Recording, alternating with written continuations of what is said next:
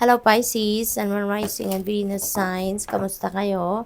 Sana po'y nasa mabuti kayong kalagayan. Welcome back po sa Star Tarot. Kung bago kayo dito, welcome din kayo. Thank you for your support. I truly appreciate it. God bless you all. Pauna mensahe ni Pisces, number 4, firm foundation. Napakaganda kasi ang ganap ninyo ngayon is to lay a solid foundation sa inyong stability, no? At ang stability na to maaaring sa relationships ninyo, sa pamilya, sa pera, trabaho, career, source of income. So, maaaring yun ang mga pinaka-focus ninyo sa ngayon na maglay kayo ng solid foundation sa mga areas na yan, no? And with that as well, parang you are going to be feeling secured, no? Lalong-lalo na pagdating doon sa mga areas na nabanggit. We have number 1, love begins. Wow. So, may bagong love and romantic relationship na maaaring magsisimula dito para sa inyo. And kilig-kilig, no? May kilig factor dito para sa iba sa inyo kasi parang this is an overflowing of love, no? Na maaaring maramdaman ninyo. And therefore, there will be an overflowing of joy and happiness then. Kapag merong love, 'di ba? Masaya, exciting, yung ganon. This could also be blessings coming your way. Maaring meron ditong unlimited, no, na blessings or overflowing of blessings coming your way na iba't iba, no? Iba't ibang sitwasyon sa buhay ninyo ang maaring maapektuhan ng mga biyayang ito at magiging maganda, maayos ang inyong pakiramdam. You are going to be feeling blessed talaga. Kasi kung ano man ang mga biyayang paparating sa inyo, it's gonna come in abundance, no? Marami ang dadating sa inyo. Hindi lang ito limited to what you need, but also it will be given to you in abundance so that you can also help other people. We have number 4, discontent and boredom. Now, for others of you, ito naman yung sitwasyon. Nanghihinayang siguro kayo for something. Maybe you are frustrated or maybe may mga gusto kayo na hindi nangyari, may mga gusto kayo expectations na hindi dumating kaya discontented kayo.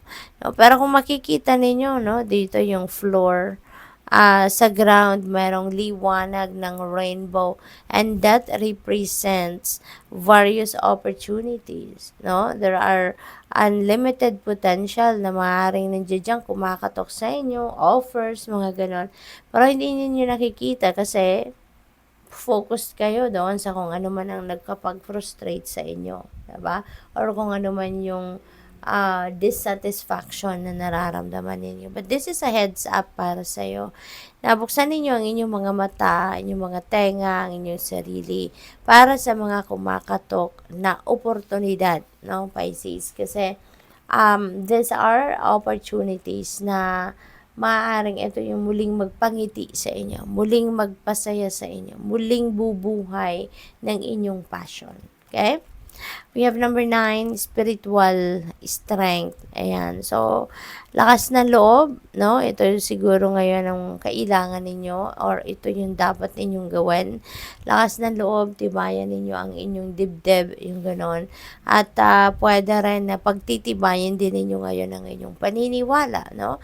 Sa sarili ninyo, paniniwala sa Panginoon, paniniwala sa inyong spirit team, yung mga ganon, no? What else? We have number 3, rejoice in celebration. Napakaganda kasi tataas ang vibe din ninyo rito because there are celebrations coming up.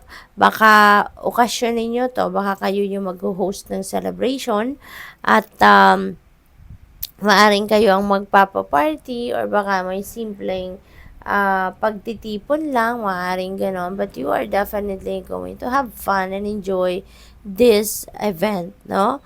Pwede rin na social events ito, may mga social gatherings na pupuntahan kayo or baka merong gagraduate dito sa anak ninyo, kapatid ninyo, or anyone na kapamilya at maaring yan din ang isa-celebrate ninyo. What else? We have number 7, stand your ground, okay? Ito yung napakahalaga ninyong gagawin. Lalo-lalo na kung meron kayong mga tao sa paligid ninyo rito na are trying to intimidate you or trying to take you down.